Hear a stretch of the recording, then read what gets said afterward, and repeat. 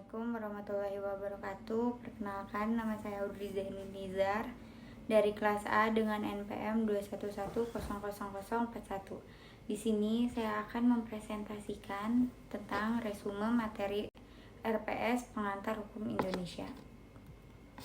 Yang pertama, definisi dan peristilahan. Pengantar Hukum Indonesia merupakan basis atau mata kuliah dasar yang tidak bisa ditinggalkan oleh seseorang yang ingin mempelajari keseluruhan hukum positif di Indonesia. Pengantar Hukum Indonesia atau bisa disebut PHI terdiri dari kata pengantar dan hukum Indonesia. Pengantar berarti membawa ke tempat yang dituju mempelajari masalah-masalah dan cabang-cabang hukum di Indonesia. Oleh karena itu, Pengantar Hukum Indonesia atau PHI adalah mata kuliah dasar yang mempelajari keseluruhan hukum dalam garis besarnya. Dengan demikian, objek dari Pengantar Hukum Indonesia ini adalah hukum positif Indonesia. Fungsinya adalah mengantarkan setiap mahasiswa atau orang yang akan mempelajari hukum positif di Indonesia. Pengantar Hukum Indonesia atau PHI berfungsi untuk mengantarkan setiap mahasiswa atau orang yang akan mempelajari hukum yang sedang berlaku atau hukum positif di Indonesia. Lalu pengantar hukum Indonesia adalah mempelajari hukum yang sekarang sedang berlaku atau hukum positif di Indonesia. Selanjutnya ada tata hukum Indonesia. Tata hukum dalam bahasa Belandanya yaitu Rechtsorde yang artinya susunan hukum. Dengan demikian, tata hukum adalah susunan hukum yang terdiri atas aturan hukum yang tertata sedemikian rupa sehingga orang mudah menemukannya bila suatu ketika yang membutuhkannya untuk menyelesaikan peristiwa hukum yang terjadi dalam masyarakat. Kata atau susunan itu pelaksanaannya berlangsung selama ada pergaulan hidup manusia yang berkembang. Setiap bangsa mempunyai tata hukumnya sendiri. Demikian juga bangsa Indonesia mempunyai tata hukumnya atau yaitu tata hukum Indonesia. Guna mempelajari tata hukum Indonesia adalah untuk mengetahui hukum yang berlaku sekarang di dalam Negara Kesatuan Republik Indonesia. Tata hukum Indonesia adalah tata hukum yang ditetapkan oleh pemerintah Indonesia yang terdiri dari aturan-aturan hukum yang ditata atau disusun sedemikian rupa. Dan aturan-aturan itu antara satu dan lainnya saling berhubungan dan saling menentukan. Sejarah hukum di Indonesia. Negara Indonesia merupakan negara hukum. Yang dimaksud dengan negara hukum adalah negara yang menjunjung tinggi segala peraturan dan perundang-undangan yang sudah tercantum dalam negara tersebut, seperti yang terdapat dalam pasal 1 ayat 3 Undang-Undang 1945 yang mempunyai makna bahwa negara hukum yang pelaksanaan ketatanegaraannya dilaksanakan berdasarkan peraturan dan ketentuan yang berlaku. Dalam sebuah negara hukum, kekuasaan akan dijalankan oleh pemerintah berdasar kedaulatan hukum atau yang kita sebut sebagai supremasi hukum yang bertujuan untuk menjalankan sebuah ketertiban hukum. Lalu sistem hukum yang berlaku di Indonesia ada sistem hukum kontinental yaitu hukum pidana berdasar Kitab Undang-Undang Hukum Pidana. Lalu ada sistem hukum agama yaitu peraturan nikah berdasarkan hukum Islam. Dan sistem hukum adat yaitu peraturan kepemilikan tanah adat. Sistem hukum di Indonesia didasari oleh sejarah Indonesia. Sehingga saat ini Indonesia menganut sistem hukum campuran yang memadukan hukum kontinental, hukum agama, dan hukum adat. Lalu sistem hukum kontinental adalah sistem hukum berdasarkan kodifikasi, yaitu kumpulan peraturan yang disusun dalam kitab-kitab hukum. Sistem hukum agama diterapkan hanya pada penganut agama saja. Misalnya ketentuan hukum Islam pada umat muslim seperti dalam perkawinan, perceraian, dan waris yang ditetapkan di pengadilan agama.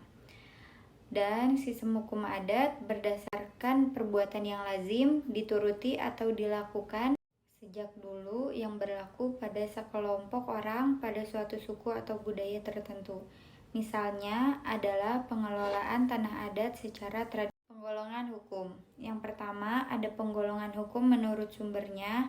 Yang kedua penggolongan hukum menurut tempat berlakunya. Lalu ada menurut bentuknya, menurut waktu berlaku, menurut cara mempertahankannya, menurut sifatnya, wujudnya, dan isinya. Selanjutnya ada ius constitutum dan ius constituendum serta sumber hukum. Ius constitutum yang artinya hukum yang berlaku saat ini atau hukum yang telah ditetapkan. Lalu ada ius constituendum, yaitu berarti hukum yang dicita-citakan atau yang diangan-angankan. Perbedaan ius constitutum dan ius constituendum adalah diletakkan pada faktor waktu, yaitu masa kini dan masa mendatang. Dalam hal ini, hukum diartikan sebagai tata hukum yang diidentikan dengan istilah hukum positif. Sumber hukum. Sumber hukum itu mempunyai banyak arti, tergantung dari sudut mana orang melihatnya. Untuk seorang ahli sejarah, sumber hukum mempunyai arti yang berbeda dari pendapat seorang ahli sosiologi.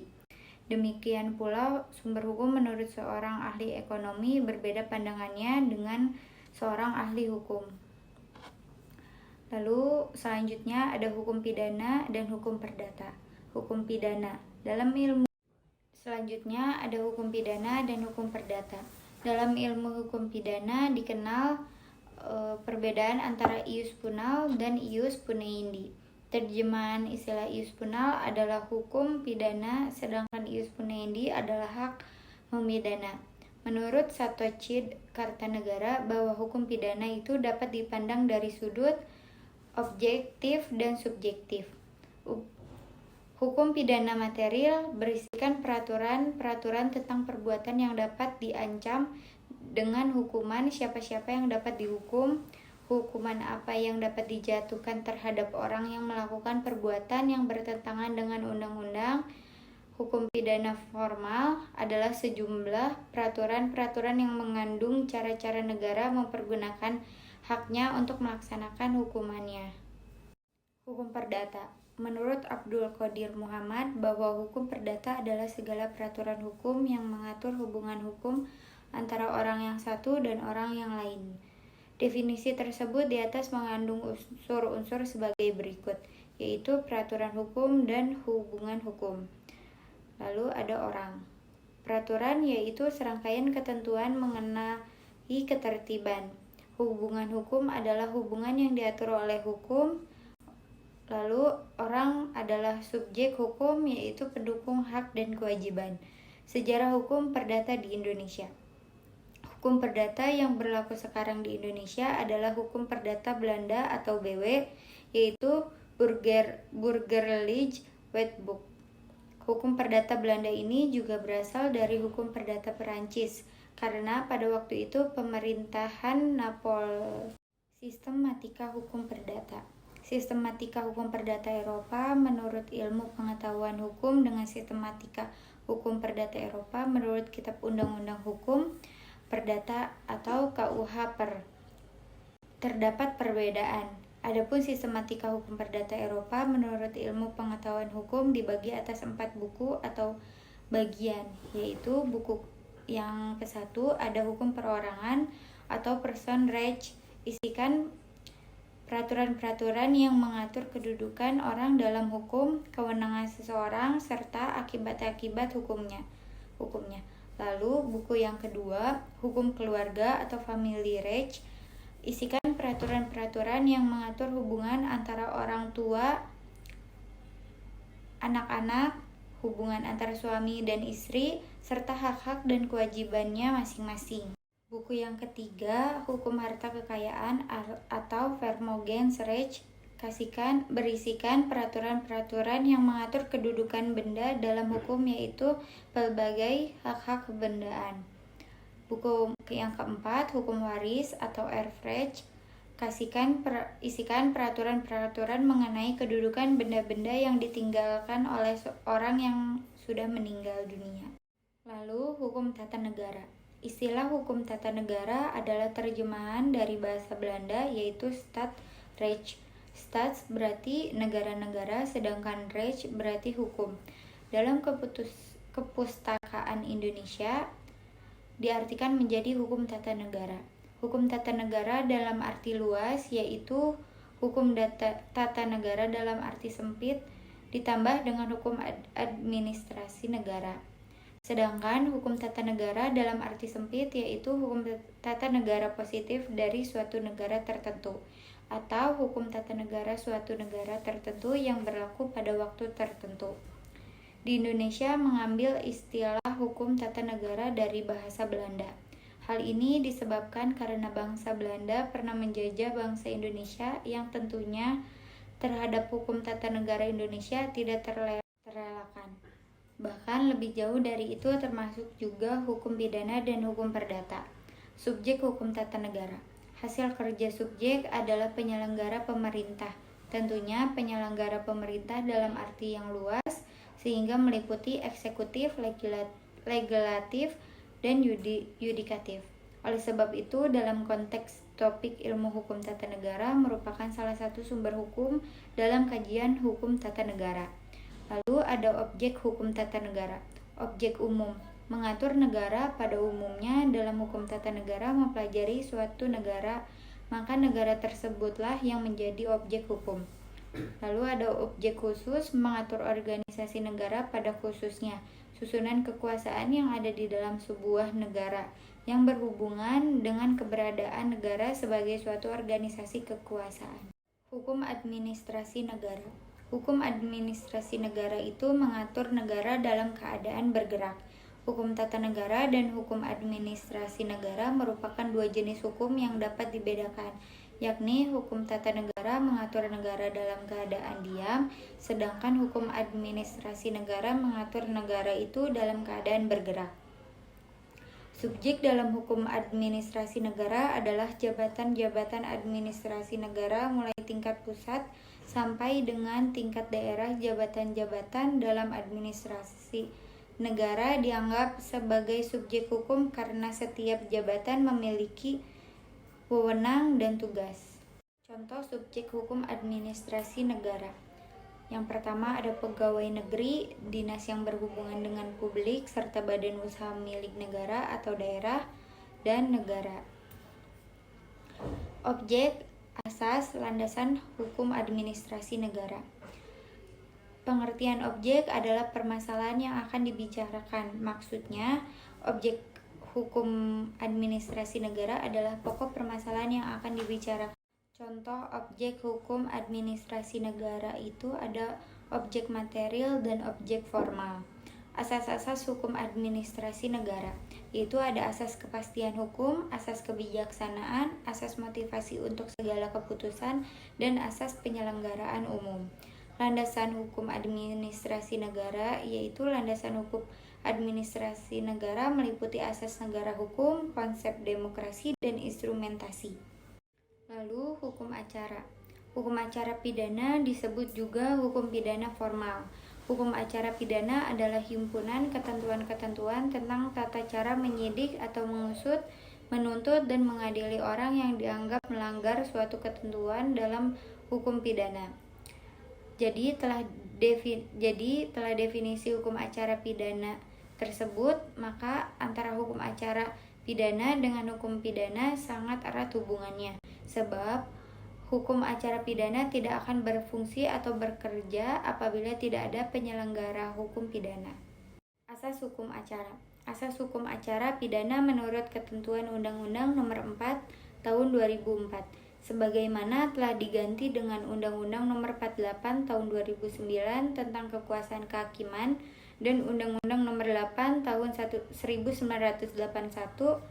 tentang Kitab Undang-Undang Hukum Acara Pidana atau KUHP, maka asas hukum acara pidana adalah sebagai berikut, yaitu asas praduga tidak bersalah, asas adanya perlakuan sama terhadap diri setiap orang di muka hukum atau hakim dengan tanpa perlakuan yang berbeda, dan asas adanya penangkapan, penahanan, penggeledahan, dan penyitaan harus berdasarkan perintah tertulis dari pejabat yang diberi oleh undang-undang dan hanya untuk cara yang diatur oleh undang-undang.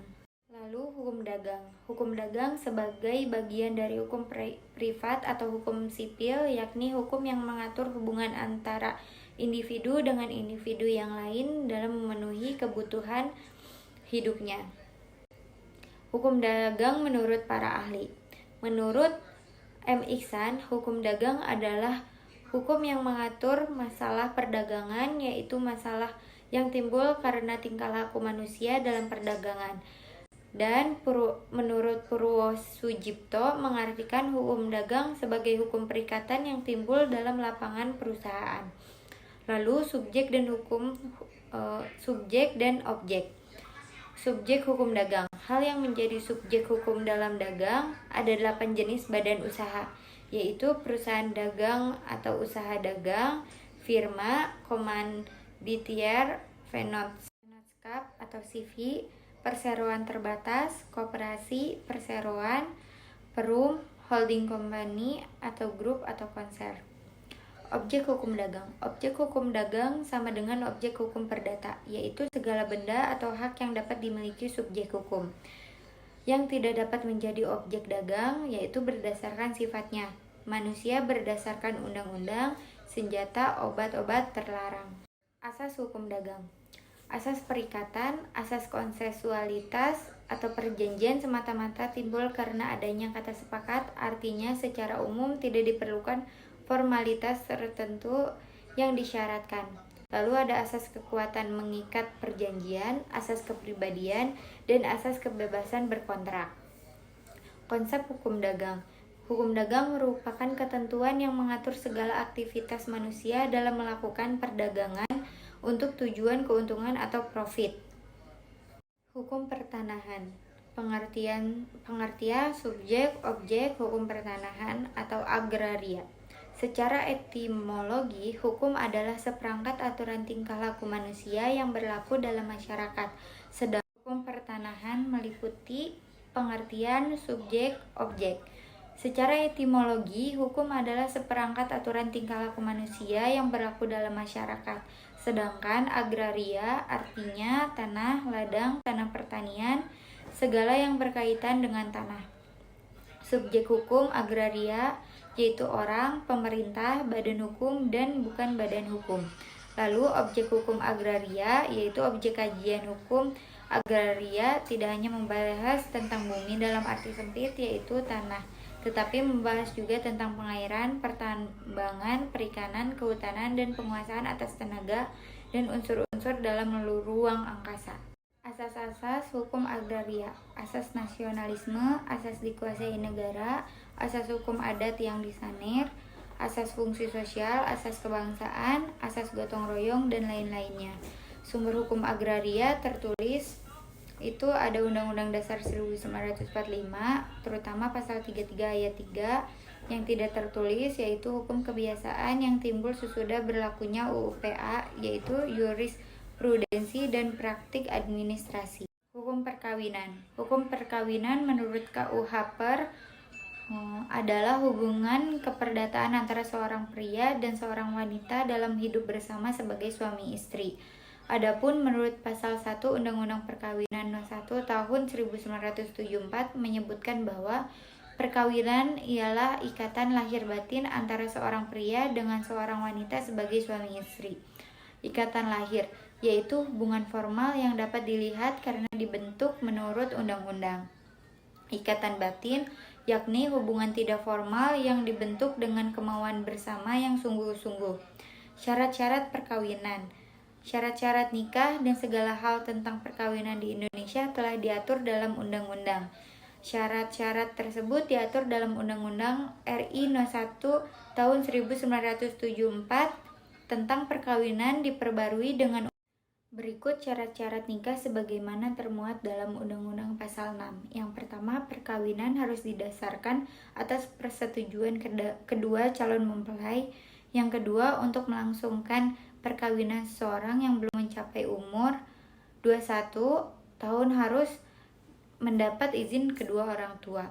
Yang ketiga, dalam hal salah seorang dari kedua orang tua telah meninggal dunia atau dalam keadaan tidak mampu menyatakan kehendaknya, maka izin dimaksud ayat 2 pasal ini cukup diperoleh dari orang tua yang masih hidup atau dari orang tua yang mampu menyatakan kehendaknya. Asas-asas hukum perkawinan. Perkawinan memiliki sisi hukum perdata, terdapat di dalamnya berbagai ketentuan yang akhirnya menjadi asas atau aturan dasar perkawinan yang diatur dalam Undang-Undang Perkawinan, yaitu asas sukarela, asas bebas memilih, dan asas selamanya.